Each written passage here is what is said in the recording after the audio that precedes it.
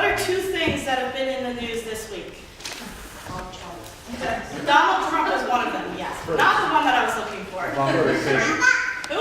Obama vacation. Yeah, not that either. Prince. Prince! Thank you. And what is another thing that's not anything that has been spoken about yet? Bathrooms. Who can use what bathroom? Right? That's like all over the place, especially on Facebook. There's pictures, there's comments, there's like, I'm not going to talk about that this morning. I'm not going to talk about Prince either, primarily because I don't really know much about Prince. I'm not going to, my tablet's not working right now, which is really irritating to me. So I'm just trying to kill some time. Oh, good, there it goes. But in the meantime, in the real world that we live in, right, we're worried about who's going to become our president, right? That's probably a concern that most of you have. It's a look back at what our society looks like or doesn't look like. It's a concern that we all have, and one that I will speak to you about because that's in your own heart, and that's a place that you can ask God to give you guidance. And I'm sure God will give us all the right guidance when it comes that day, sometime in November, I guess. What I do want to talk to you about today, though, is love. How do we love each other in a society that is so filled with anger and frustration?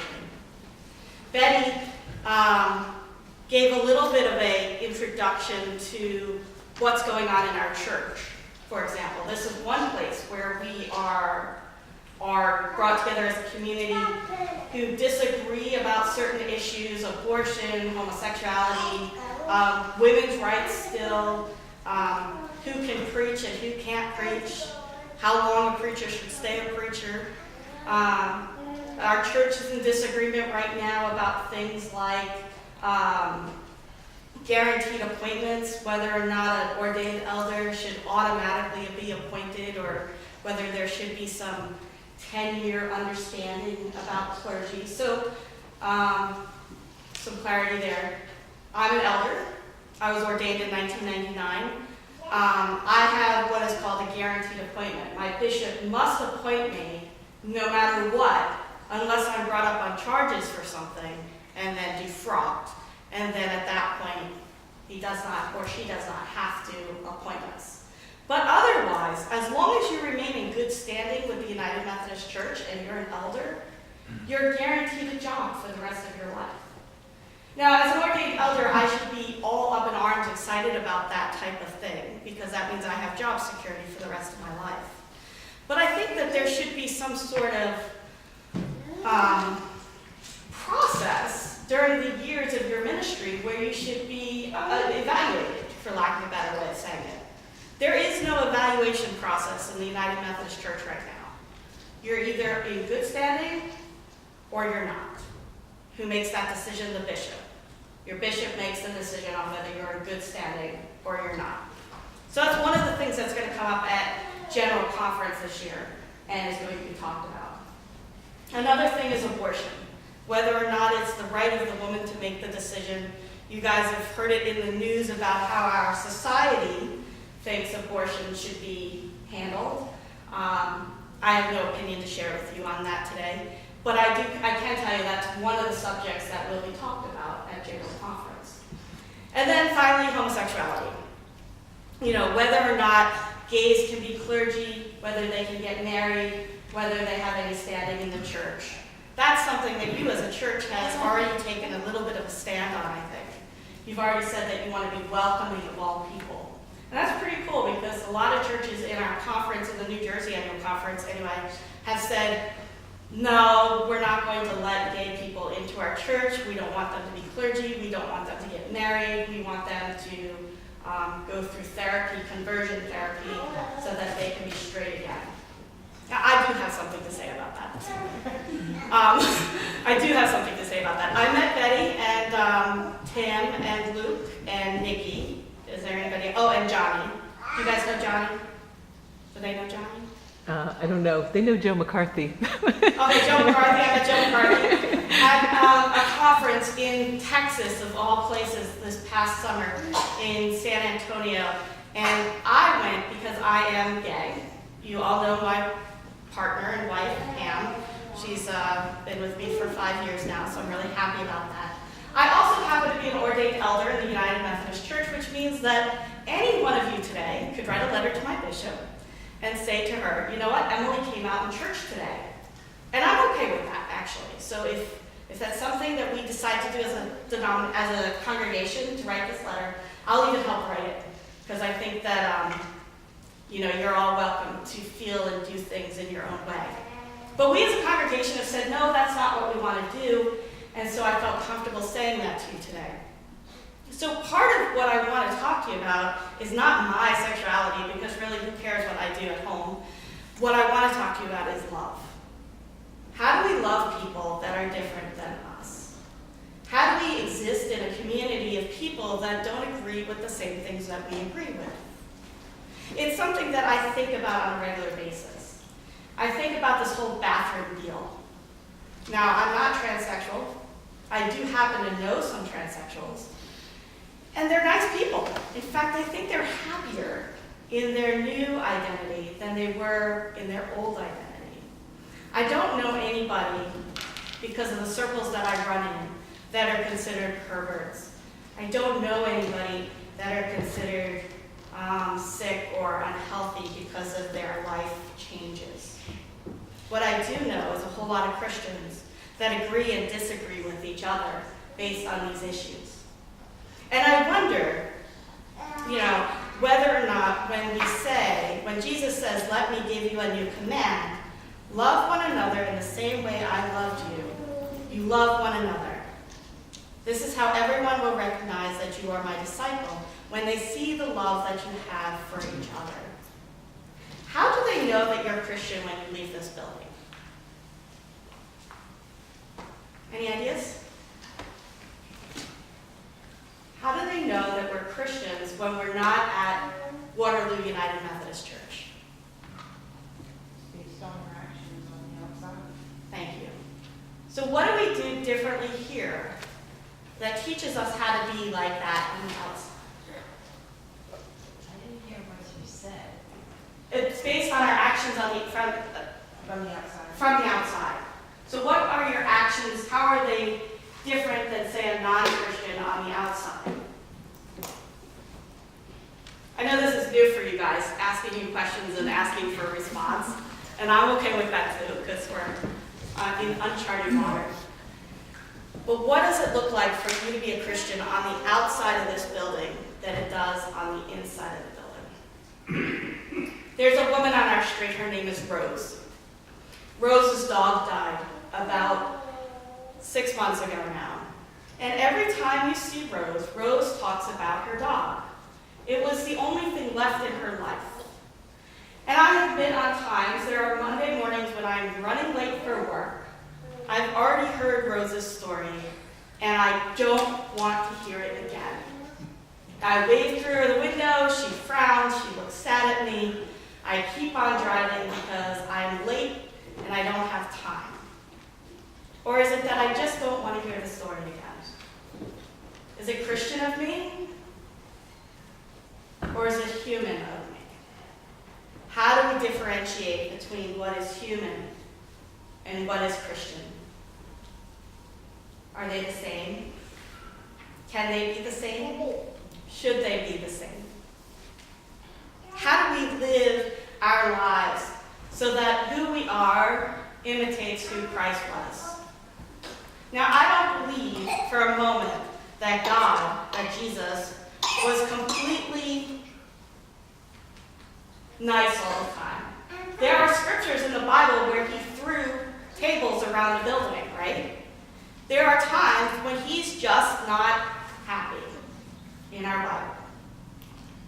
But what he does do is he teaches us about love. Love, like Jesus taught us, is not warm and fuzzy.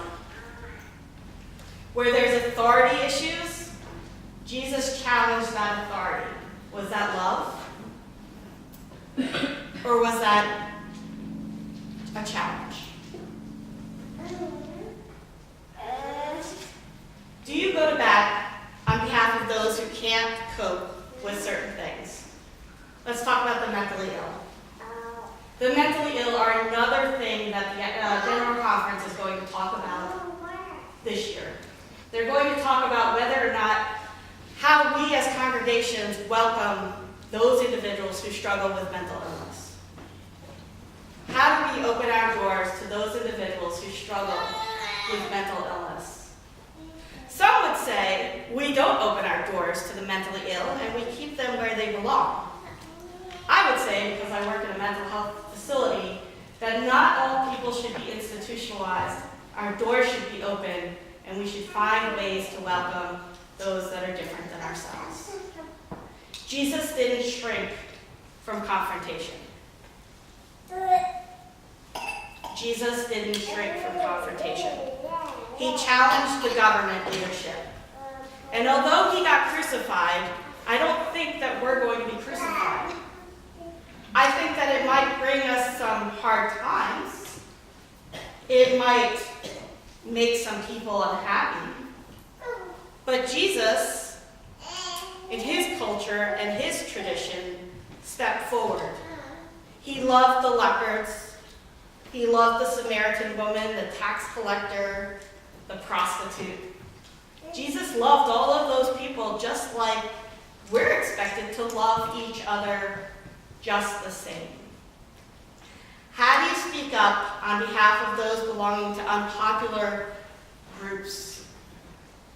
How do you become somebody who says, I'm not gay, but I don't care if they are. I want to be supportive of their lives, no matter what that looks like. There are some places in our country that have different stances than New York, New Jersey, Connecticut, correct? There are different places in our country, and that is one of the things that the United Methodist Church also struggles with. We are part of the United States, and the United Methodist Church encompasses Africa, South America, the Philippines, Germany. There's some United Methodist churches there, some churches in Asia that are also United Methodist. They will all come to Portland in May to vote on the rules of the church. Now, the interesting part about Africa as a whole is they have their own discipline. Have you heard of the discipline? All right, the United Methodist Church has a book, it's called The Discipline, and it gives us all of our rules and regulations for the church. And every 4 years, we rewrite that book, adding words and taking away words. It's like the United Methodist Bible, except for it's not. But the Africans have their own discipline. They vote on ours, they make the rules with ours, but they vote and they write their own as well. Which means they're not held to the same discipline that we are as United States United Methodists. Which kind of brings things to an unsteady balance of leadership. So what did Jesus do in this case, do you think? Jesus said, well, we'll figure it out. We'll make it work. Jesus dealt with a society that rejected things. Remember the woman caught in adultery, the tax collector up the tree, the lepers. Whether or not we can find the same lack of condemnation in our own words and actions today may not be so clear. One thing that we can say is that there are people in each congregation, in each church, in large numbers that respond to love in different ways. How do you change a situation? How do you as a Christian step out into the world and change the world to become a better place? How many of you know what a compass is? What's your moral compass, you think? Come on, Betty. I know you got this one. What? Love. Love. Love. Love is our moral compass. It should give us guidance on the way in which we go. It should lead us into uncharted territory, knowing that Jesus Christ is by our side. Jesus modeled attitudes valuing justice and forgiveness and compassion, and he wanted his followers to do the same thing. He wants us as a congregation to feed his sheep. Feed his sheep. As Christians, we're going to need the support of the Bible to do what we do. Love for Jesus was never just a feeling. It should be a provocative, highly visible action. It should be something where the hungry, the lonely, the whatever should be well fed from a loving congregation. A group of people who come together each week to get to know Jesus better. But without us going out from this place, we are simply just an irrelevant social club. How do we go from being this building of people to the disciples of Christ? Betty talked about how disciples are people that follow the rabbi around, dressed like the rabbi, hoping to